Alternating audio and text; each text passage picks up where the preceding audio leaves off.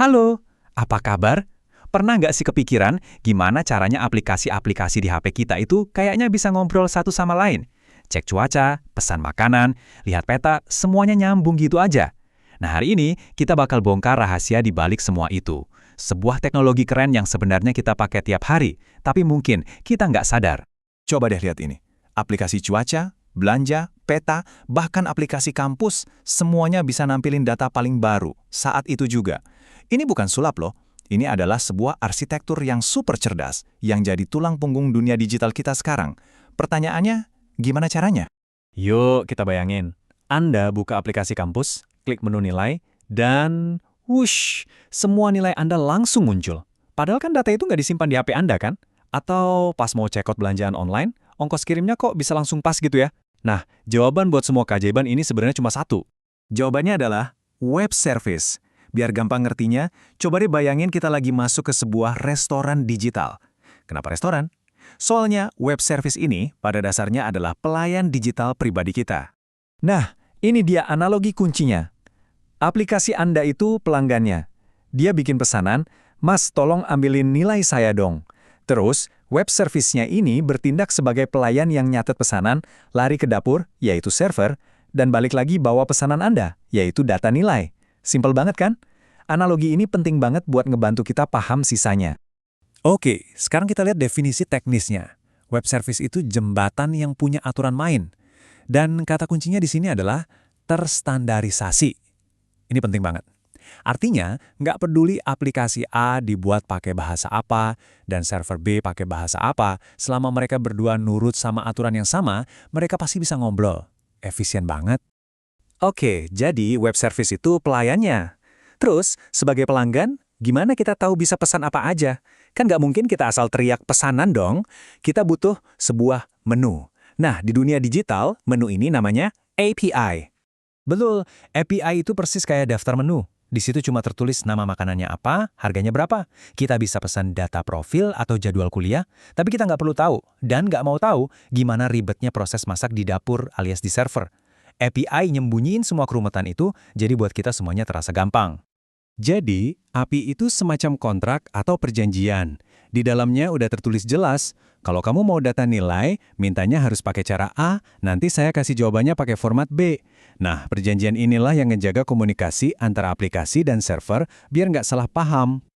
Oke, kita udah punya pelayan alias web service, dan kita juga udah pegang menunya, yaitu API. Sekarang, saatnya kita beneran pesan. Nah, proses pemesanan ini selalu ada dua bagian, permintaan atau request, dan jawaban atau response. Anggap aja ini percakapan bolak-balik yang super cepat. Aplikasi Anda bikin request, "Woi pelayan, saya minta data nilai semester ini." Terus server, lewat si pelayan, ngasih respons. "Siap, ini datanya bos." Aksi dan reaksi selalu sepasang, dan terjadinya, ya sekejap mata. Terus, gimana cara kita ngomong pas mesan? Ada beberapa kata kerja utama, namanya metode HTTP. Paling gampang pakai analogi lemari ini. Get itu buat ngintip atau ngambil data. Post itu buat masukin data baru, kayak pas kita ngepost status. Put buat ganti atau update data, kayak ganti foto profil. Dan delete, ya jelas buat hapus data. Get, post, put, delete. Cuma 4 itu intinya. Coba kita lihat contoh yang pasti Anda lakuin tiap hari. Pas Anda isi username sama password terus neken tombol login, aplikasi Anda itu sebenarnya lagi ngirim request ke server. Metodenya post, yang artinya, nih, saya kirim data buat diproses. Tujuannya ke alamat /login di server. Kalau username dan passwordnya benar, server bakal balas. Balasannya ini isinya data plus sebuah kode status, kayak 200 oke. Kode ini tuh kayak si pelayan ngasih jempol ke kita sambil bilang, "Sip, beres, silakan masuk." Ini sinyal kalau semua berjalan sesuai rencana. Tapi ya, si pelayan nggak selalu bawa kabar baik. 200 oke artinya sukses. 201 created juga sukses, biasanya setelah kita bikin data baru. Tapi kalau 404 not found, itu artinya pesanan kita nggak ada di menu. Nah, kalau dapat 500 internal server error, wah ini artinya lagi ada kebakaran di dapur. Pesanan kita nggak bisa diproses. Ada satu hal lagi yang krusial banget. Coba bayangin deh kekacauan ini. Pelanggan mesen pakai bahasa Sunda. Pelayannya nyatet pakai bahasa Inggris. Kokinya di dapur cuma ngerti bahasa Jawa. Pesanannya bakal jadi apa coba? Nah, biar nggak terjadi bencana komunikasi kayak gitu, semua pihak harus sepakat pakai satu bahasa yang sama.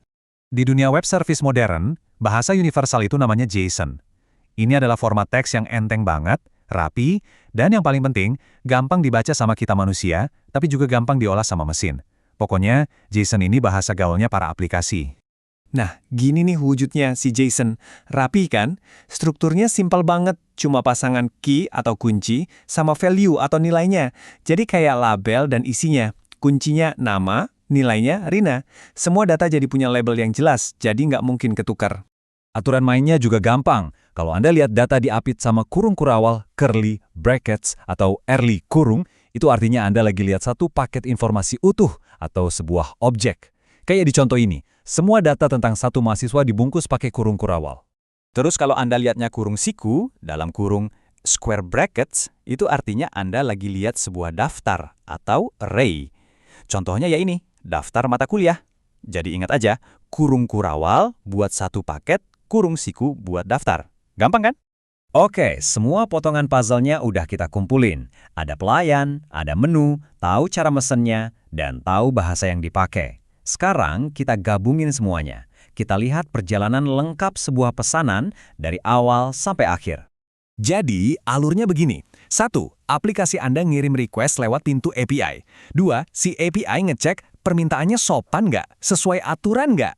3. Server langsung kerja di dapur, nyiapin data yang diminta. Dan terakhir, 4. Server ngirim respons berisi data dalam format JSON, balik lagi ke aplikasi Anda buat ditampilin di layar. Dan semua proses ini terjadi lebih cepat dari kedipan mata. Jadi intinya, teknologi ini tuh ada di mana-mana, kerja diem-diem di belakang layar buat kita. Sekarang karena Anda udah tahu resepnya, coba deh perhatiin.